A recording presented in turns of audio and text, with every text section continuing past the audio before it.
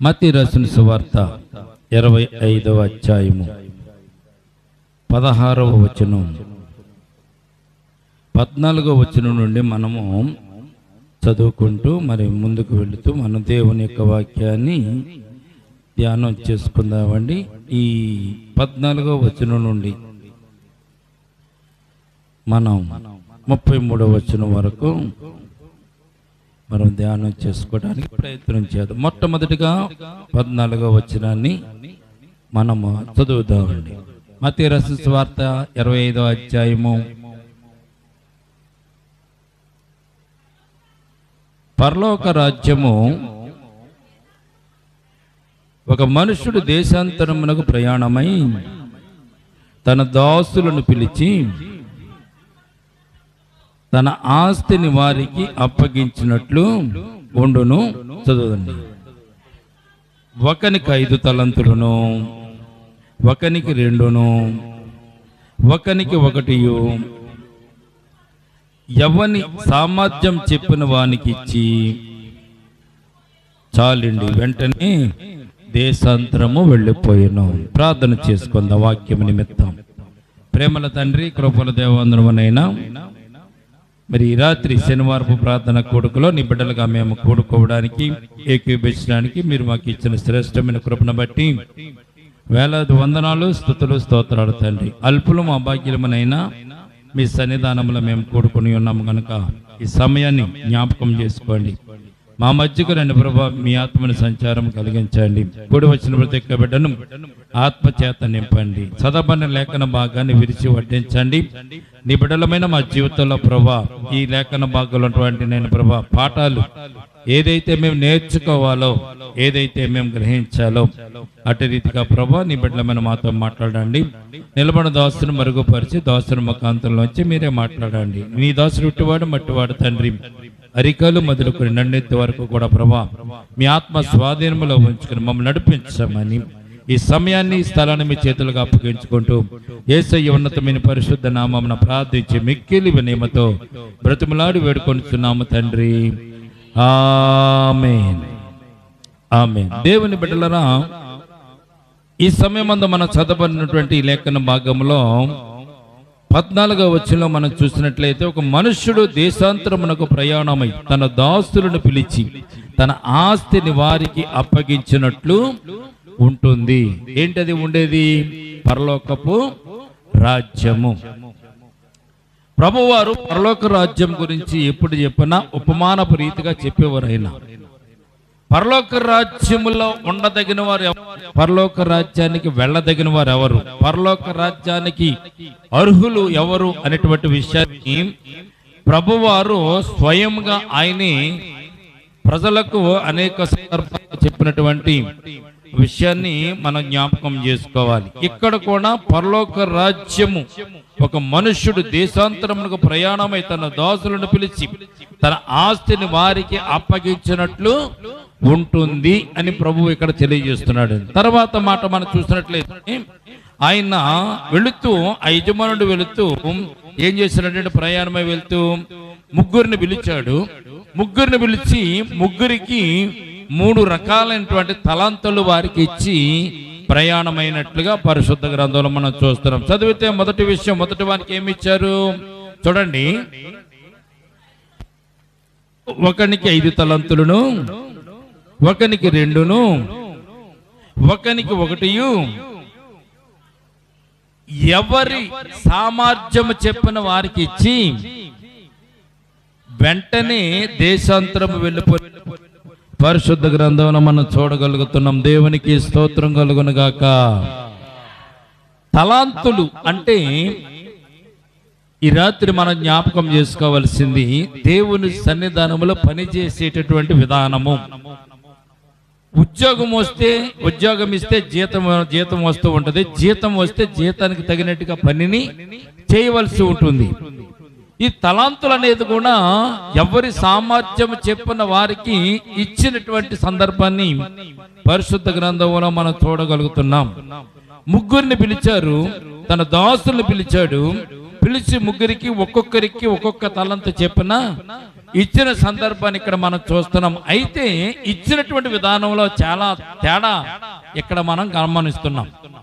మొదటి వానికి 5 తలంతులు ఇచ్చారు, రెండవ వానికి 2 తలంతులు ఇచ్చారు, మూడవ అతనికి 1 తలంతే ఇచ్చారు.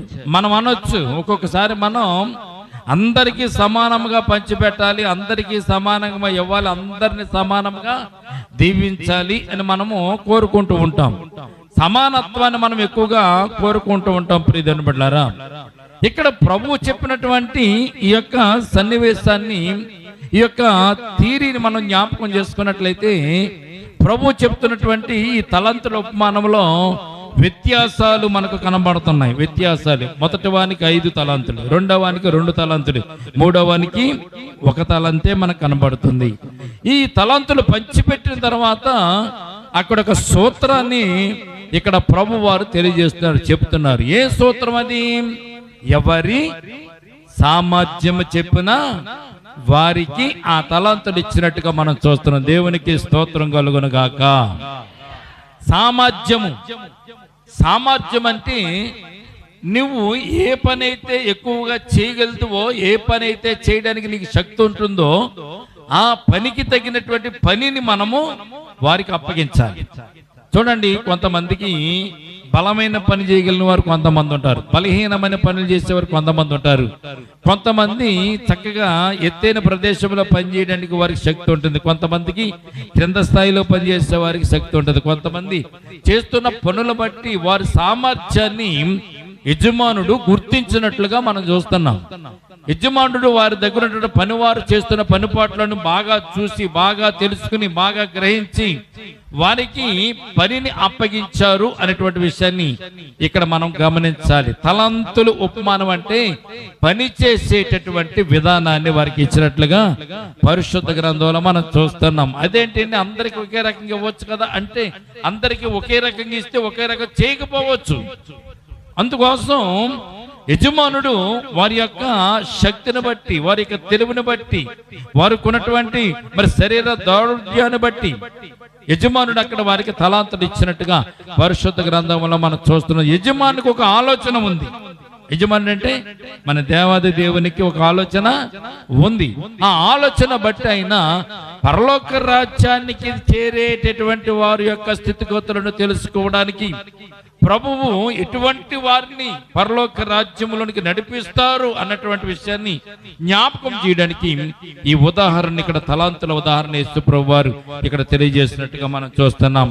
ఒకనికి 5, ఒకనికి 2, ఒకనికి 1 ఇచ్చి ఆయన దేశాంతరం వెళ్ళిపోయాడని ప్రభు వారు చెప్తున్నారు. చూడండి, దేశాంతరం వెళ్ళిపోయిన తర్వాత కొంతకాలానికి ఆయన మరలా తిరిగి వచ్చేటప్పటికి వారి దగ్గర లెక్కలు చూసుకుంటున్న సందర్భాన్ని మనం జ్ఞాపకం చేసుకుందాం. 17వ వచనం చూడండి. వీరికి ఇచ్చిన తలాంతులు వీరేం చేస్తారు?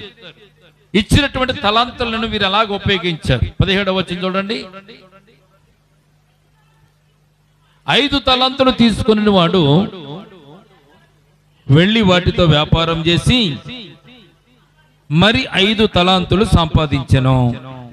అలాగుననే 2 తీసుకున్నవాడు మరి 2 సంపాదించెను.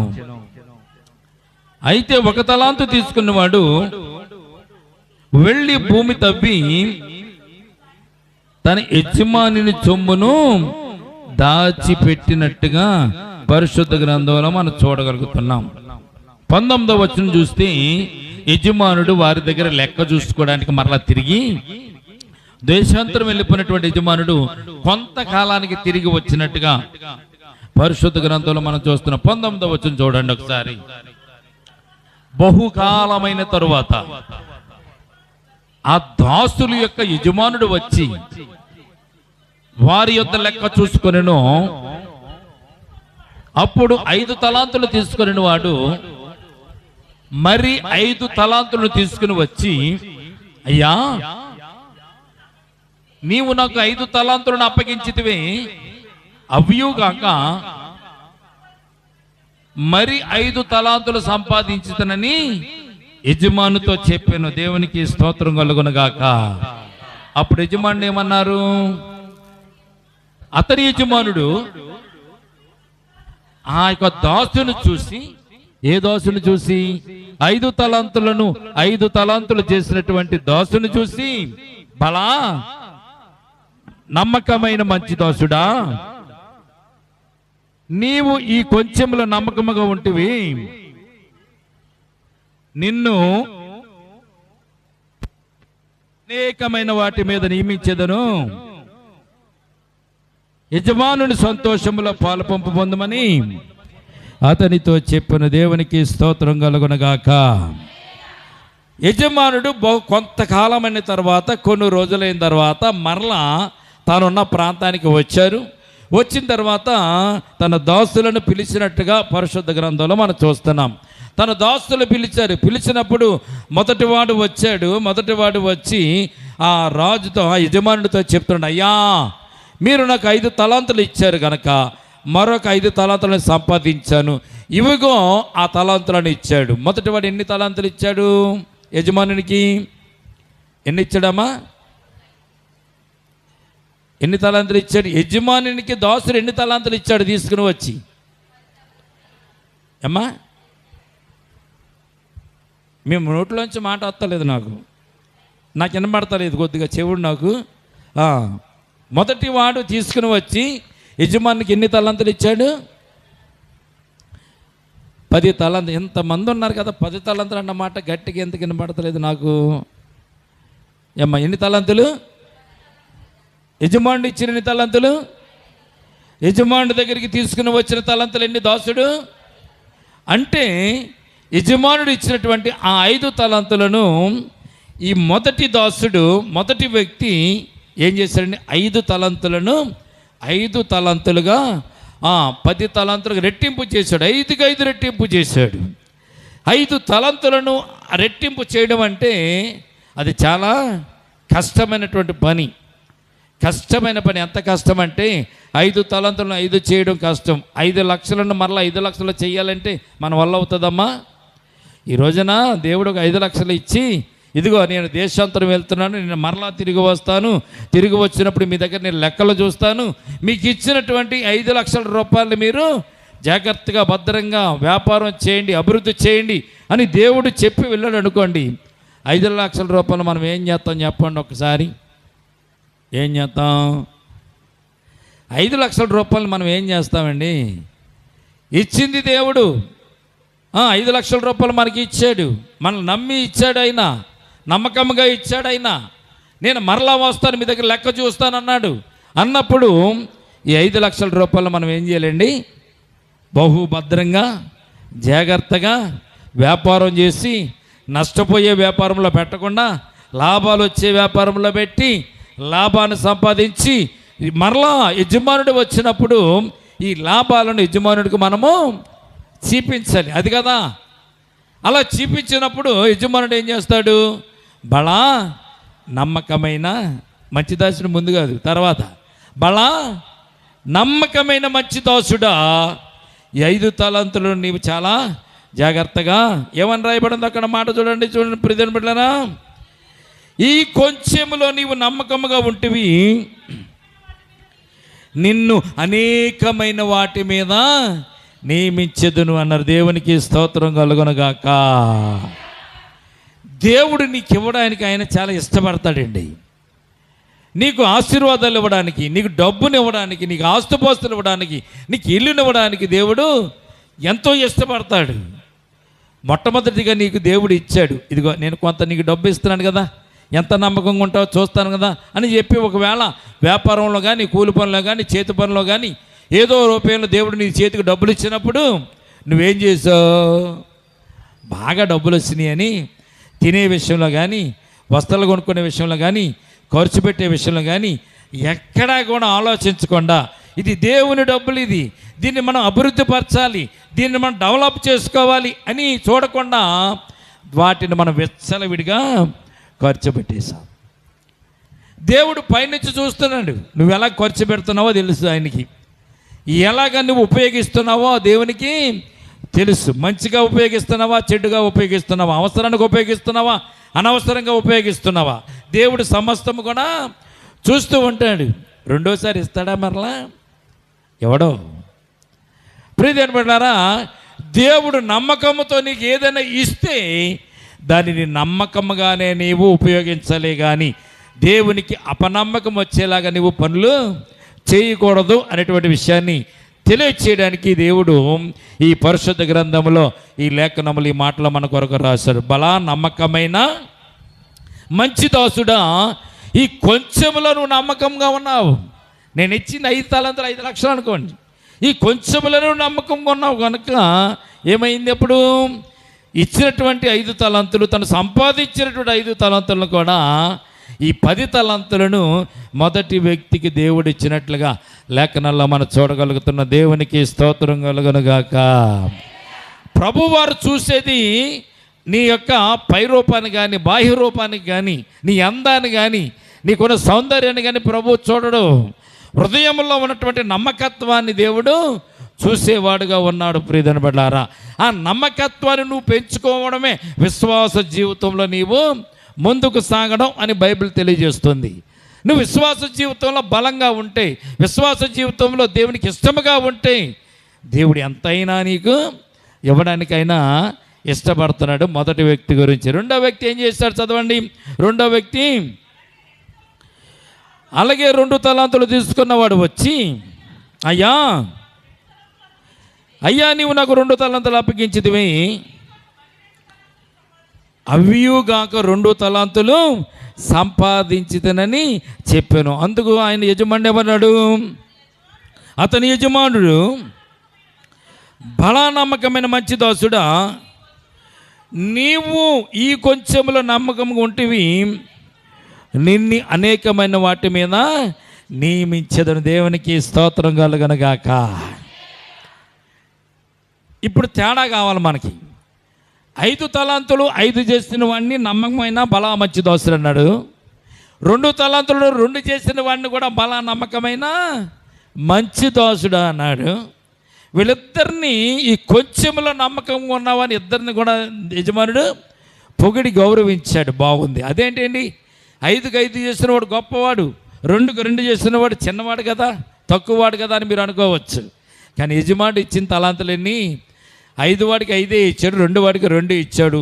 2ని 2 చేసుకుని డెవలప్ చేశాడు, దాన్ని అభివృద్ధి చేసుకున్నాడు. చాలు. అలాగే 5కి 5 తలాంతులు తెంచాడు, అభివృద్ధి చేసుకున్నాడు. అది అతనికి సరిపోతుంది. అంటే ఎవరి సామర్థ్యము చెప్పిన వారికి దేవుడు ఇక్కడ బహుమానాలు ఇస్తాడు, వారికి ఆశీర్వాదిస్తాడు. దేవునికి స్తోత్రం కలుగునుగాక. మనమేమనుకుంటాం? వారికి పాటలు పాడడం బాగా వస్తుంది, నాకు రావడం లేదని మనం అనుకుంటాం. వారు బాగా ప్రసంగం చేస్తున్నారు, నేను చేయలేకపోతున్నానని మనం అనుకుంటాం. చాలామంది పరిచయం చేసేవారు, వారు బాగా పాటలు పాడుతున్నారు, వారు వాక్యం చదువుతున్నారు, వారు ప్రార్థన చేస్తున్నారు, నేనేంటి పరిచయం చేస్తున్నాను కొంతమంది అనుకుంటూ ఉంటారు. కనుక ఇక్కడ మనం ఒక విషయం గమనించుకోవాలి ప్రియమైన బిడ్డలారా. దేవుడు చెప్పినది ఏదైనా చేస్తూ దానిని అభివృద్ధి చేసుకోగలిగితే ఇంకా కొన్ని వాటి మీద దేవుడు నిన్ను అధికారిగా నియమిస్తాడు. దేవునికి స్తోత్రం కలుగునుగాక.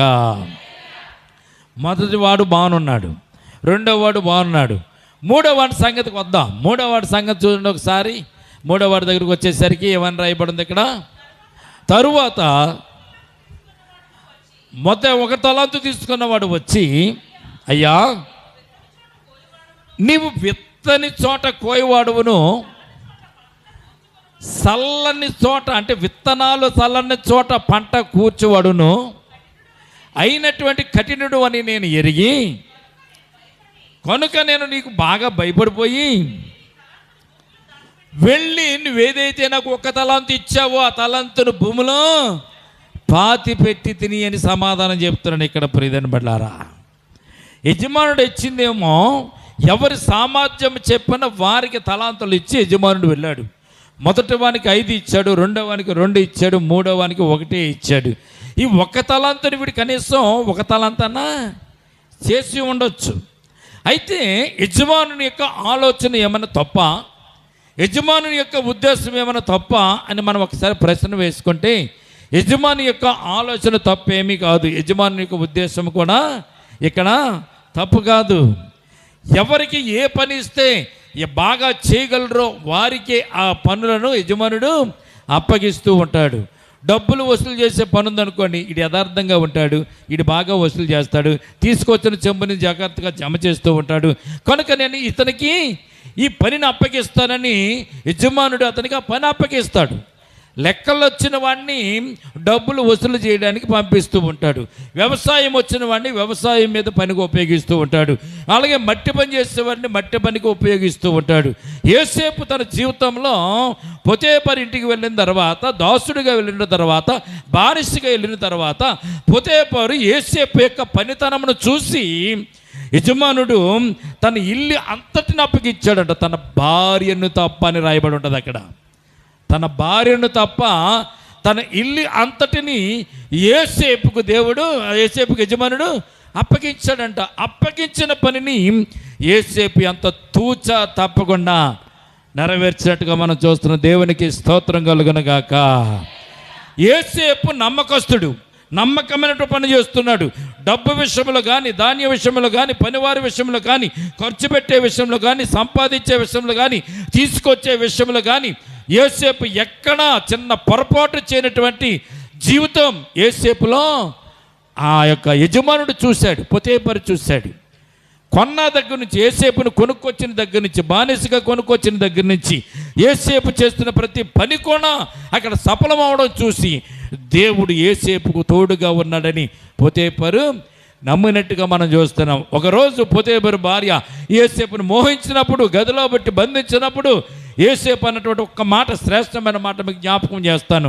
అమ్మా, నా యజమానుడు ఇల్లంతటి నాకు అప్పగించాడు, కానీ నిన్ను మాత్రం నాకు అప్పగించలేదు కనుక నేను నీ జోలికి నేను రాను. ఇంట్లోదంతా కూడా నా వశములోనే ఉంది, కానీ నీవు మాత్రం నా వశములో లేడు. ఈ పాపమును నేను చేయను అని చెప్పాడు. కారణం ఏంటో తెలుసండి, పొతేపరుకు తెలుసు యోసేపు యొక్క మనస్తత్వం. దేవునికి స్తోత్రం కలుగునుగాక.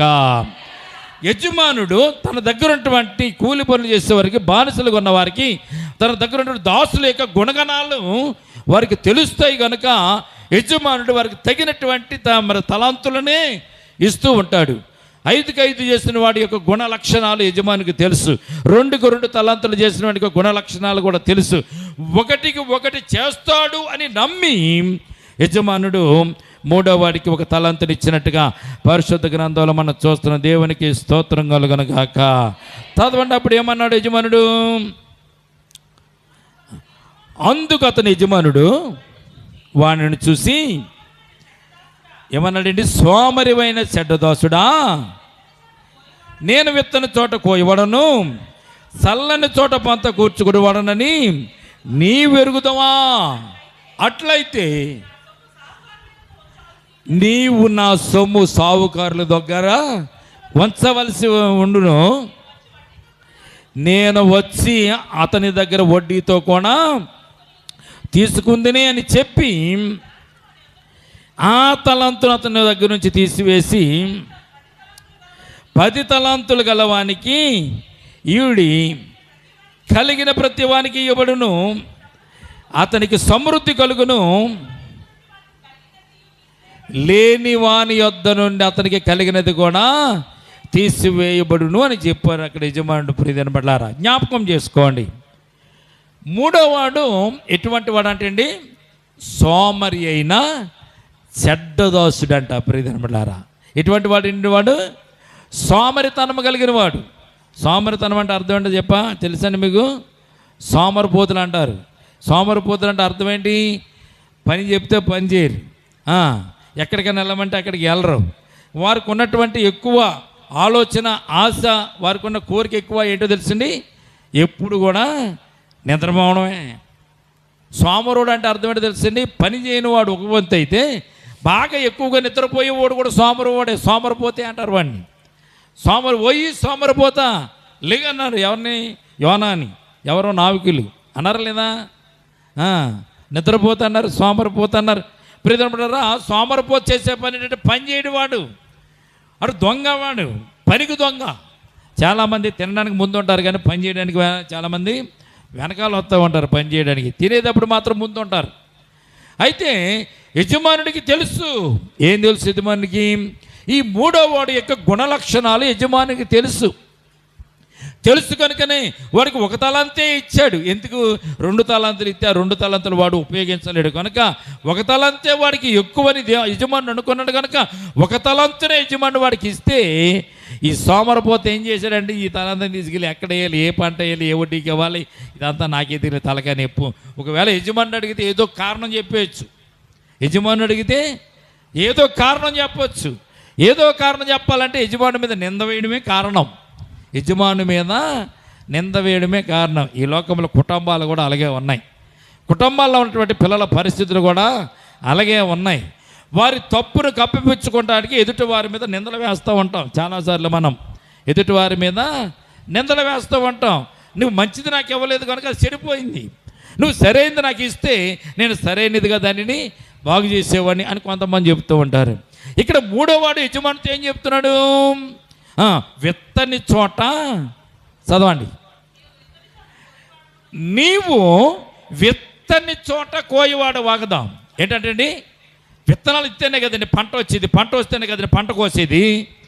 కానీ ఇక్కడ యజమాని ఎటువంటి వాడు అంటే అండి, నువ్వు విత్తనాన్ని విత్తలేదు కానీ పంట కోయడానికి వచ్చేసావు, అటువంటి వాడువు నీవు. విత్తని చోట కోయవాడువును, చల్లని చోట పంట కూర్చుకుని వాడునైనా కఠినుడు అని ఎరిగి నీకు భయపడి నీ తలని తీసుకెళ్ళి భూమిలో పెట్టాను అన్నాడు. ఎంత ఆశ్చర్యం అండి! విత్తని చోట కోయవాడు, చల్లని చోట పంట కూర్చుకునేవాడు. ఎవరన్నా చేస్తాడండి అలాగా? పొలం ఉందండి, ఓ 10 ఎకరాల పొలం ఉంది, అందులోకి వెళ్ళి విత్తనాలు వేయకుండా పంట అందరూ పంటలు కోసుకుంటా నేను కూడా పంట కోసేసుకుందామని పొలంలోకి వెళ్తే ఏముంటుంది? అడిగి బూడిదే, ఏముంటుంది అక్కడ? విత్తనం విత్తి పంటను పైరుకు వచ్చేంత వరకు కాపాడి నీళ్లు పెట్టి ఎరువులేసి కలుపు తీసి శుభ్రం చేస్తే అందరూ పంట కోసే సందర్భంలో ఈయన కూడా పంట కోసుకోవచ్చు. కానీ ఇక్కడ ఎంతటి నిందను యజమాని మీద వేస్తున్నాడంటే, ఈ 3వ వాడు విత్తన చోట కోయవాడు, చల్లని చోట పంట కూర్చుకునేవాడు అనేటువంటి కఠినుడు అని. ఎటువంటి వాడు అంటే అర్థం? కఠినుడు అంట. ప్రియమైన బిడ్డలారా, ఎదుటి వారి మీద నిందలు వేయడానికి మనం ఏమైనా ఆలోచించాలా? చదా నువ్వు మంచివాడు కాదు అనడానికి పెద్ద ఆలోచించాలా? చదువుకోవాలా, పుస్తకాలు చదవాలా, డిగ్రీలు చదవాలా? మనం నీలాంటి వాడు ఎవరు లేళ్ళవయ్యా బుద్ధి లేనివాడు నువ్వు అనడానికి ఏమన్నా చదువుకోవాలా? మనం చదవని అవసరంలే, ఆటోమేటిక్గా వచ్చేస్తావంటే. మన తప్పును కప్పిపుచ్చుకోవడానికి, మన తప్పును మనం కప్పిపుచ్చుకుని ఎదుటి వారి మీద నిందేయడానికి బోల నిందలు వేసేయచ్చు. అది నిజమా? కాదు. ప్రియమైన బిడ్డలారా, యజమానుడు మంచోడు కాకపోతే 3ని పిలిచి మొదటి వాడికి 5 ఇచ్చాడు, 2వ వాడికి 2 ఇచ్చాడు. చచ్చా నీకు నేను ఏమేమన్నా పో అనాలి అసలు మామూలుగా. 3వ వాడిని చూసి ఏమనాలి? నీకు నేనేమి ఇవ్వను పో అని అనాలి. కానీ ఇతనికి కూడా యజమానుడు ఇచ్చాడంటే అర్థం ఏంటి? వారితో పాటు నన్ను కూడా సమానముగా చూశాడు. వారికి ఇచ్చిన తలాంతుల్లో నాకు కూడా తలాంతులు ఇచ్చాడు. అతను ఎక్కువగా పనిచేస్తాడు కాబట్టి ఎక్కువగా ఇచ్చాడు, ఇతడు తక్కువగా పనిచేస్తాడు తక్కువ. నేను మరీ తక్కువ చేస్తానని ఆయన అనుకున్నాడేమో. 1 ఇచ్చాడు, 1కి 1 చేస్తే యజమానుడు వీడిని కూడా గౌరవించును. ఎలాగా? బలా మంచి నమ్మకమైన దోసుడా, ఈ కొద్ది వాటిలో నీవు నమ్మకంగా ఉంటావని అతను కూడా మెచ్చుకునేవాడు. కానీ అది మెచ్చుకోలేదు. సరికదా? నింద వేసినటువంటి ఈ 3వ వాడిని యజమాని ఏం చేశాడు? చదువుదాం, ఆఖరి వచ్చిన చూడండి ఒకసారి. మరియు ఎటువంటి వాడు అంటే వాడు పనికి మాలిన ఆ దాసుని వెలుపటి చీకటిలోనికి త్రోసివేయడి, అక్కడ ఏడుపును పండ్లు కొరుకుటయు ఉండునని చెప్పాను. దేవునికి స్తోత్రం కలుగును గాక. ప్రియమైన బిడ్డలారా, ఇందులో మనము 3 వ్యక్తులను చూస్తున్నాం. ఈ చరిత్రలో, ఈ కథలో 3 వ్యక్తులను చూస్తున్నాం. ఈ 3 వ్యక్తులు కూడా యేసుక్రీస్తు ప్రభువారు ఉపమానపు రూపంలో చెప్పారు. కానీ ఈ 3 వ్యక్తులు జరగబోయేటువంటి కాలంలో, జరుగుతున్నటువంటి కాలంలో యేసుక్రీస్తు ప్రభువారు పరలోకానికి వెళ్ళి ఆరోహణం అయిపోయిన తర్వాత జరుగుతున్నటువంటి సంభవాల గురించి యేసు ప్రభువారు మొట్టమొదటి ముఖ్యంగా ఈ లోకంలో ఉపమానపు రీతిగానే ఈ చరిత్రను మనకు తెలియజేస్తున్నట్టుగా మనం చూస్తున్నాం. చూడండి, ఈ లోకంలో దేవుడు కొన్ని తలాంతులు మనకు అప్పగించాడు. ఆ రోజున యజమానికి ఇచ్చిన తలాంతులు ఏంటో అన్నది మనకు తెలియదు. కానీ ఇప్పుడు మాత్రం దేవుడు నీకు నాకు ఒక తలాంతులు ఇచ్చాడు. మొట్టమొదటిగా రక్షణ అనే తలాంతుని ఇచ్చాడు. ఈ లోకంలో నమ్మకమైన వాడుగా నువ్వు జీవిస్తూ లోకానికి సాక్షిగా ఉండాలనేటువంటి తలాంతుని దేవుడు మనకి ఇచ్చాడు. మందిరంలో ఆయన్ని స్తుతించి ఆయన ఘనపరిచి ఆయన మహిమపరిచేటువంటి తలాంతులు దేవుడు మనకు అప్పగించాడు. ఇప్పుడు మనం మొదటి వ్యక్తి 5 చేసినటువంటి తలాంతుల్లో బలా మంచి నమ్మకమైన దాసుడా, ఈ కొంచెంలో నీవు నమ్మకంగా ఉంటువని మెచ్చుకున్నాడు కదా యజమానుడు. ఇప్పుడు మనం మన మధ్యకు వద్దాం.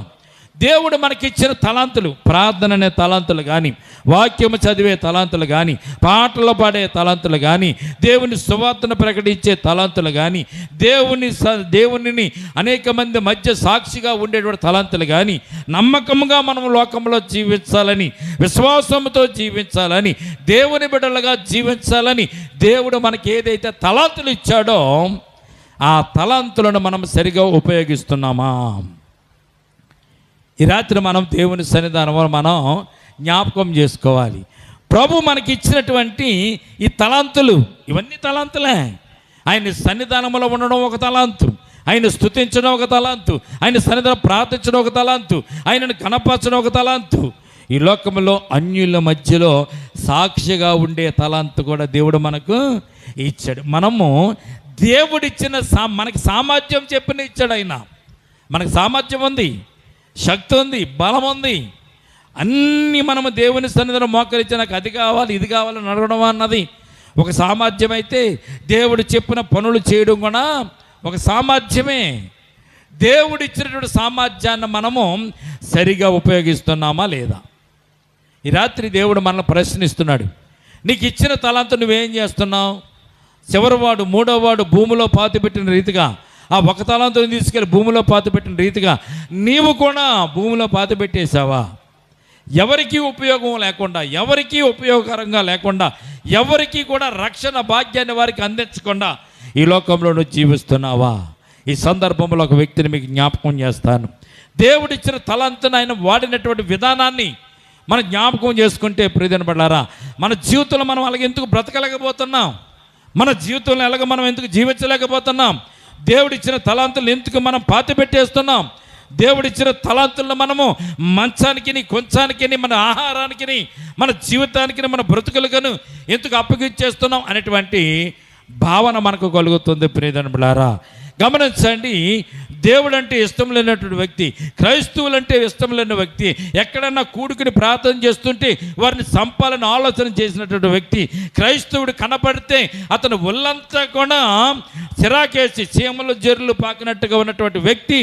ప్రియమైన బిడ్డలారా, ఒకనొక దినాన దమస్కో గేటు దగ్గరకు వచ్చిన తర్వాత దేవుడు దమస్కో గేటు దగ్గర అతన్ని గుర్రం మీద ఉన్నప్పుడు తన్నినప్పుడు కింద పడిపోయినప్పుడు దేవుడు ఆ వ్యక్తిని ఎన్నుకున్నాడు, ఏర్పాటు చేసుకున్నాడు. దేవునికి స్తోత్రం కలుగునుగాక. కింద పడవేశాడు దేవుడు, కిందకి తోసివేశాడు. గుర్రం నుంచి కింద పడవేసిన తర్వాత అప్పుడు అంటున్నాడు, ఎవడవు నువ్వెవడవు నన్ను తనడానికి, నన్ను కిందకి పడేయడానికి నువ్వెవడవు అని అడిగినప్పుడు ప్రభు చెప్తున్న మాట ఏమన్నారో తెలుసు? ఆ రోజున అక్కడ ప్రభు ఏమన్నారు తెలుసా? నీవు హింసించుతున్నటువంటి యేసుని అని చెప్పారు. యేసుక్రీస్తు ప్రభు వారు అక్కడ. ఆయన అప్పటికే కొంతకాలం చనిపోయి కొంతకాలం పరలోక రాజ్యం వెళ్ళిపోయారు. పరలోక రాజ్యంలో దేవుని సన్నిధానంలో ఉన్నారు. శిష్యులందరూ కూడా ప్రార్థన చేస్తున్నారు. ఎక్కడ ఈడు వచ్చి మనలను ఇబ్బంది పెడతాడు, మనల్ని చంపుతాడు, అనేక మందిని కొడుతున్నాడు, అనేక మందిని చెరసాలలో వేస్తున్నాడు, అనేక మందిని కత్తి తూసి తలకాలు చిరచ్ఛేదం చేసేస్తున్నాడు. అటువంటి వ్యక్తి దమస్కోకు వస్తున్నాడు అని చెప్పి తెలిసి దమస్కులో ఉన్నటువంటి క్రైస్తవులందరూ కూడా, దేవుని బిడ్డలందరూ కూడా ప్రార్థన చేస్తున్నారు. ఆ ప్రార్థన దేవుడు ఆలకించి ఆ ప్రార్థనకు దేవుడు దమస్కో గేటు దగ్గరకు వచ్చినటువంటి ఈ వ్యక్తిని గుర్రం మీద నుంచి కిందకి దేవుడు పడవేశాడు. పడవేస్తంతోనే కళ్ళు పోయి దేవుని మహిమని ఎప్పుడైతే చూశాడో, దేవుని ఎప్పుడైతే దర్శించాడో కళ్ళు పోయి కింద పడిపోయి నువ్వెవడవని అడిగినప్పుడు నీవు హింసించుతున్నటువంటి యేసును అని స్వరం వినబడింది. ఆ స్వరాన్ని ఆ వ్యక్తి ఒక్కడే విన్నాడు, కానీ చుట్టుపక్కల ఉన్నటువంటి సైనికులు ఎవరు కూడా వినలేకపోయారు. అప్పుడు ఏమన్నాడు తెలుసా? ఇదిగో నువ్వు పలానా వ్యక్తి దగ్గరికి వెళ్ళి, నా దాసుడు ఉన్నాడు అననీయ ఉన్నాడు, అననీయ దగ్గరికి వెళ్ళి ప్రార్థన చేసుకొని నీ కళ్ళు మరలా వస్తాయని చెప్పినప్పుడు అన్నయ్య దగ్గరికి వెళ్ళి దేవుడు చెప్తాడు, యేసుప్రభువు చెప్తాడు, నువ్వు వెళ్ళి అతనికి ప్రార్థన చేయి. అతనికి ప్రార్థన చేస్తే అందుకు కళ్ళు మరలా తిరిగి వస్తాయన్నప్పుడు అననీయ ఒక మాట అంటాడు, ప్రభువా మమ్మలను పట్టుకుని, క్రైస్తవులైన వారిని పట్టుకుని చిరచ్ఛేదం చేస్తూ, చెరసాలలో వేస్తూ, కొరడాలతో కొడుతూ అనేక మందిని బాహాటంగా ప్రజల మధ్య హింసిస్తున్నటువంటి ఆ వ్యక్తి దగ్గరికి వెళ్ళి, ఏంటి ప్రభు ప్రార్థన చేయమంట, కళ్ళు పోతే పోనీలే, మమ్మల్ని మా జోలికి రాడు, మమ్మల్ని చంపలేడు, మమ్మల్ని ఏమీ కూడా చేయలేడు కనుక అతనికి మేము ప్రార్థన చేయలేము ప్రభువా అన్నప్పుడు దేవుడు అక్కడ ఒక మాట అంటాడు, మంచి మాట. ఏ మాట అంటాడు తెలుసా? ఇప్పటి వరకు క్రైస్తవులు అనేటువంటి వారిని హింసించినటువంటి ఆ వ్యక్తి ఇక నుంచి నా నామం కొరకు ఎన్ని హింసలు పడాలో, ఎన్ని బాధలు పడాలో నేను అతనికి నేర్పిస్తాను. ఇక నుంచి అతడు నా తరపున పని చేస్తాడని ప్రభువారు అననీతికి చెప్పినటువంటి విషయాన్ని మనం జ్ఞాపకం చేసుకో. దేవునికి స్తోత్రం కలుగును గాక. అదే మనకి పరిశుద్ధ గ్రంథం ఉన్నటువంటి సౌలుగా ఉన్నటువంటి వ్యక్తి పౌలుగా మార్చినటువంటి దేవుడు, ఆ పౌలు గారు అనేకమైన పత్రికలు రాశాడండి. దేవుడు ఇచ్చినటువంటి తలాంతు, సువార్త ప్రకటించే తలాంతు, దేవునికి సాక్షిగా ఉండే తలాంతు ఎప్పుడైతే ఆ పౌలుకు దేవుడు ఇచ్చాడో, ఇచ్చినది నాటి నుండి మొదటి వరకు చివరి వరకు చనిపోయేంత వరకు కూడా పౌలు దేవుని సువార్త ప్రకటించడం మానలేదు. మొదటి వ్యక్తి 5 తలాంతులను 5 ఎలాగైతే చేశాడో, పౌలు గారు కూడా దేవుడు అప్పగించిన పనిని ఏమాత్రం కూడా తగ్గించకుండా 100కి 100% అన్నారు చూసారా. పరీక్షల్లో మార్కులు వేసేటప్పుడు 100కి 100 మార్కులు వేస్తారు కదా, 100 మార్కులు హైయెస్ట్. 100కి 100 మార్కులు అనకుండా 100కి 110 మార్కులు సంపాదించుకోగలిగినటువంటి వ్యక్తి ఎవరైనా, దేవుని చెప్పిన పనిని పూర్తిగా చేసిన వారు ఎవరైనా ఉన్నారు అంటే అపోస్తలుడైన పౌలు గారు. దేవునికి స్తోత్రం కలుగును గాక. హల్లెలూయా. ప్రియ దేవుని బిడ్డలారా, దేవుడు అప్పగించిన పని చేయడం అంటే అది, దేవుడిచ్చిన తలాంతులను ఉపయోగించుకోవడం అంటే అది. ఈ రోజున దేవుడిచ్చిన తలాంతులను మనం ఈ 3వ ఓడు భూమిలో పాతిపెట్టిన రీతిగా మనం కూడా పాతిపెట్టేసాం. నేను పాతి పెట్టలేదనంటే కుదరదు, పాతిపెట్టేసాం. కారణం ఏంటో తెలుసండి, మన కుటుంబ జీవితాన్ని బట్టి, మన బ్రతుకులను బట్టి, మన పిల్లలను బట్టి, మనకున్న సాంపాద్యాన్ని బట్టి, మనకున్నటువంటి ఇరుకులను బట్టి, మనకున్నటువంటి ఇబ్బందులు బట్టి దేవుడిచ్చిన తలాంతులన్నీ కూడా ఆ భూమిలో పాతిపెట్టేసాం. ఈ పాతిపెట్టేసినటువంటి తలాంతులను మరలా మనం ప్రభువుని అడిగి మరలా పొందుకుని మనం ఏం చేయాలి? ప్రభువు కొరకు మనం మరలా పని చేయాలి. దేవుని సన్నిధానంలోకి వచ్చి దేవుని సన్నిధానంలో మనం గడుపుతూ ఈ లోకంలో అనేక మందికి దేవుని రక్షణను ప్రకటించవలసిన మనము, అనేక మందికి దేవుని మహిమను ప్రకటించవలసిన మనము, అనేక మంది బాగు కొరకు మనం ప్రార్థన చేయవలసిన మనము, అనేక మంది నశించిపోతూ నరకానికి వెళుతున్న వారిని తప్పించమని ప్రార్థించవలసిన మనము, మనకున్నటువంటి పని భారమును బట్టి, మనకున్న శరీర బలహీనత బట్టి మనము ఎక్కువగా గడిపేది ఏంటంటే నిద్రలోనే గడుపుతాం. నిద్ర లేచిన తర్వాత పనిపాట్లు మనం చూసుకుంటూ ఉంటాం. ఎప్పుడైనా ఒకవేళ అమ్మో ఇవాళ ఆదివారం కదా మందిరానికి వెళ్ళాలి కదా అని వస్తే, శనివారం వస్తే ఒక 2 గంటలు, ఆదివారం వస్తే 2 గంటలు, మిగిలిన సమయం మనం ఏం చేస్తున్నాం? ప్రియదని బిడ్డలారా, దేవుడు ఒకవేళ మనల్ని పిలిచి బలా మంచి నమ్మకమైన దోసుడా అనాలంటే మొదటివాడు కష్టపడినట్టుగా మనం కూడా కష్టపడాలి. 5 తలాంతులు చేయడానికి ఎంతో కష్టపడ్డాడండి. తలాంతులు పెంచడం అంటే గొప్ప కాదు, చాలా గొప్ప. ఖర్చు పెట్టడం చాలా సులువు. మీకు 1 కోటి రూపాయలు ఇచ్చి ఖర్చు పెట్టండి అంటే 4 రోజులు ఖర్చు పెట్టేస్తారు, 4 రోజులు చాలు. కానీ 1 కోటి రూపాయలు సంపాదించమంటే జీవితం సరిపోదు. ఈ రోజున చాలామంది జీవితాల్లో డబ్బు చాలా ప్రధానమైపోయింది, డబ్బు చాలా అవసరం అయిపోయింది. అది అవసరం కాదు అంటలేదు, డబ్బు చాలా అవసరం. దేవుని పని కూడా మనకంతే ముఖ్యమైనటువంటి విషయాన్ని మొట్టమొదటిగా మనం జ్ఞాపకం చేసుకోవాలి. దేవునికి స్తోత్రం కలుగును గాక. దేవుని సన్నిధానాన్ని మనం జ్ఞాపకం చేసుకోవాలి. దేవుని సన్నిధానంలో ఆత్మల గురించి జ్ఞాపకం చేసుకోవాలి. దేవుడు ఇచ్చినటువంటి పనిని మనము శ్రద్ధ కలిగి, వినయం కలిగి, విధేయత కలిగి, నమ్మకం కలిగి మనము పని చేయడానికి మనం ఇష్టపడాలి. ప్రియదేవుని బిడ్డలారా, కనుక మనం ఈ రాత్రి మనం నేర్చుకోవాల్సిన పాఠం ఏంటో తెలుసండి. దేవుడు నాకు ఒక తలాంతి ఇచ్చాడు. పాటలు పాడే వరం ఇచ్చారా? ప్రార్థన చేసే వరం ఇచ్చారా? పరిచర్య చేసే వరం ఇచ్చారా? సాక్ష్యం చెప్పే వరం ఇచ్చారా? మీరు ఎక్కడ పని చేసుకుంటున్నా, ఎక్కడ అంటులు తోముకుంటున్నా, ఎక్కడ పని చేస్తున్నా, అక్కడ మీరు ఉన్నటువంటి మీ పక్కన ఉన్నటువంటి వారు అనేక మంది ఉంటారు. ఎవరైనా దేవుని మాటలు చెప్తే బాగుండును, ఆ మాటలన్నీ విని రక్షణ పొందుకుంటే బాగుండును అనేటటువంటి వారు చాలామంది ఉంటారు. వారికి మీ సువార్తను, మీ యొక్క సాక్ష్యాన్ని వారితో మీరు పంచుకోవాలి. మీరు ఇంటి దగ్గర బయలుదేరిన వెంటనే అనుకోవాలి, ఈరోజు నాకు ఎవరన్నా తగిలితే బాగుండు, వారికి దేవుని మాటలు చెప్తాను అనేటువంటి ఆలోచన ఇంటి దగ్గర నుంచే బయలుదేరాలి. అమ్మో నేను క్రైస్తవురాలిని, నేను క్రైస్తవుని అంటే నన్ను చిన్న చూపు చూస్తారు అని మనం ఒకవేళ భయపడ్డాం అనుకోండి, ఒకవేళ మనము సిగ్గుపడ్డాం అనుకోండి, పరలోక రాజ్యంలో దేవుడు కూడా మనల్ని చూసైనా సిగ్గుపడతాడు. ఆయన నీతిమత్వంగా జీవించాడు, నిజాయితీగా జీవించాడు. అనేక కోట్ల మంది జనాభాలో ఆయన ఏ పాపము ఎరిగిన వాడుగా, ఏ శాపము లేనివాడుగా, ఆయనలో ఏ అక్రమము లేనివాడుగా భూమి మీద ఆయన బ్రతికాడు. కనుకనే ఈ రోజున మనము గుండె మీద చేసుకుని యేసు ప్రభువుని గురించి మనం చెప్పగలుగుతాం. దేవునికి స్తోత్రం కలుగునగాక.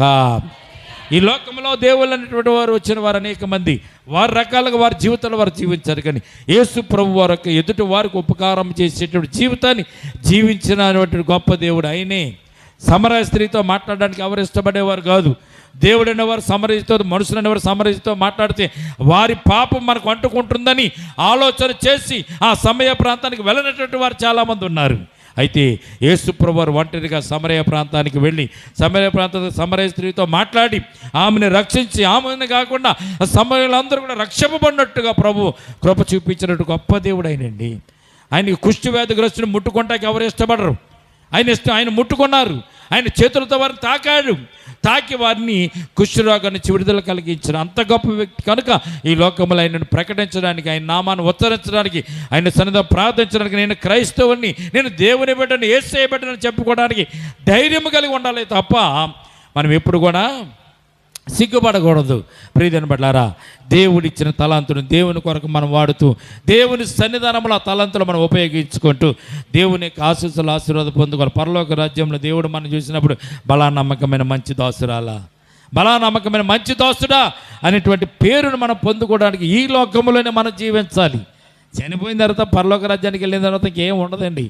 అక్కడ తీర్పు తప్ప మార్పు పొందడానికి అక్కడ అవకాశం ఏమి కూడా ఉండదు. భూమి మీదే ఉండాలి, అంతా భూమి మీదే.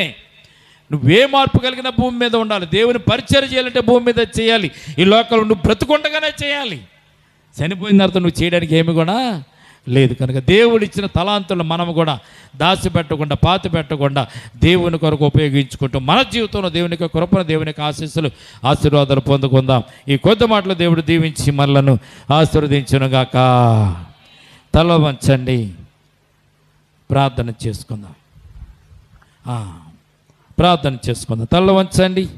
ప్రభు మన మధ్య ఉన్నారు, దేవుడు మన మధ్య ఉన్నారు, ఆయన ఆత్మ మనతో ఉన్నది కనుక మనం ప్రార్థన చేద్దాం. స్తోత్రమునైనా పరిశుద్ధుడా పరమ తండ్రి మీకే స్తుతి స్తోత్రములైన ఆశ్చర్యకరుడు, ఆలోచనకర్త, బలవంతుడైన దేవనిచ్చుడకు తండ్రి, సమాధానకర్త, గణపతి స్తోత్రములనైనా ఈ రాత్రికాల సమయం అందు ప్రభా నీ బిడ్డలమైన మాతో మాట్లాడినందుకు స్తోత్రాలు తండ్రి, మమ్మల్ని హెచ్చరించినందుకు స్తోత్రాలు తండ్రి. నైనా దేవా మీ సన్నిధానంలో ప్రభనైనా మేము ఏమైతే చేయాలని ప్రభా, ఏ కార్యంలో చేయాలో ప్రభా, నీ కొరకు ఎలాగ జీవించాలి, ఎలాగ బ్రతకాలి, ఎలాగ నడవాలి నేను ప్రభా, ఆ విషయాలు ప్రభునైనా మీరు మాతో మాట్లాడినందుకు స్తోత్రాలు తండ్రి. నైనా ఈ సమయం ముందు నేను ప్రభా నీ సన్నిధానంలోనైనా ప్రభా మీరు చెప్పబడినటువంటి మాటలు, తలంతులైనటువంటి ఉపమానం ప్రభా, శ్రేష్టమైనటువంటి ఉపమానం తండ్రి. నైనా మా జీవితాలు, మా బ్రతుకులు ఎలాగున్నాయో సరి చేసుకోవడానికి, సరిదిద్దుకోవడానికి నేను ప్రభా మాకు మరొక అవకాశాన్ని మీరు మాకు ఇచ్చినందుకు వేలాది వందనాలు, స్తుతులు, స్తోత్రాలు తండ్రి. నైనా 5 తలంతులు 5 చేసిన వాడు బలా మంచి దాసుడు అన్నారు తండ్రి.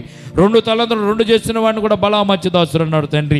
నైనా 1ని తీసుకెళ్ళి పాతి పెట్టిన వాడిని చెడ్డ దోషుడు అన్నావు తండ్రి. నైనా చీకటి బిలములలో వీడిని పడవేయమని చెప్పావు తండ్రి. మా జీవితాలు నేను ప్రభా ఆ చీకటి బిలములో పడవేసిన వాని యొక్క జీవితాల్లాగా ఉండకుండా 5 తలంతులు చేసి 10 తలంతులు చూపించినటువంటి నేను ప్రభా గొప్ప వ్యక్తిగా, మంచి వ్యక్తిగా నేను ప్రభా బలా మంచి దాసుడుగా నేను ప్రభా మేము కూడా ఉండడానికి నేను కృప చూపించారు తండ్రి. కూడి వచ్చిన సంఘాన్ని మీరు జ్ఞాపకం చేసుకున్న ప్రభా పాటలు పాడే వరములు ఇచ్చారు తండ్రి, స్తుతించే వరం ఇచ్చారు, ప్రార్థించే వరం ఇచ్చారు నైనా, నీ సన్నిధానంలో సాక్షిగా ఉండేటువంటి వరములు ఇచ్చారు తండ్రి. నైనా ఈ వరాలన్నీ నేను ప్రభా, ఈ స్వరాలన్నీ ప్రభునైనా నీ కొరకు వాడబడడానికి కృప చూపించండి తండ్రి. నైనా ఈ లోకంలో అనేక మందికి సాక్షిగా ఉండడానికి కృప చూపించండి. అనేక మంది జీవితాల్లో ప్రభునైనా మీ వెలుగును ప్రభునైనా ప్రచురింప చేయడానికి నైనా నీ కృప మాకు దయచేయండి ప్రభునైనా. అల్పులు మా బాగిలం తండ్రి, శరీర బల బలహీనతలు ఉన్నవారము తండ్రి నైనా, అయినా కానీ ప్రభునైనా నీ సువార్తను ప్రకటించే విషయంలో, మీ వాక్యాన్ని ప్రకటించే విషయంలో ప్రభునైనా నిన్ను నేను ప్రభు అనేక మందికి పరిచయం చేసేటువంటి విషయంలో ప్రభునైనా అపోస్తలున్న పౌలుగా మేము ఉండడానికినైనా నీ కృప చూపించండి తండ్రి నైనా.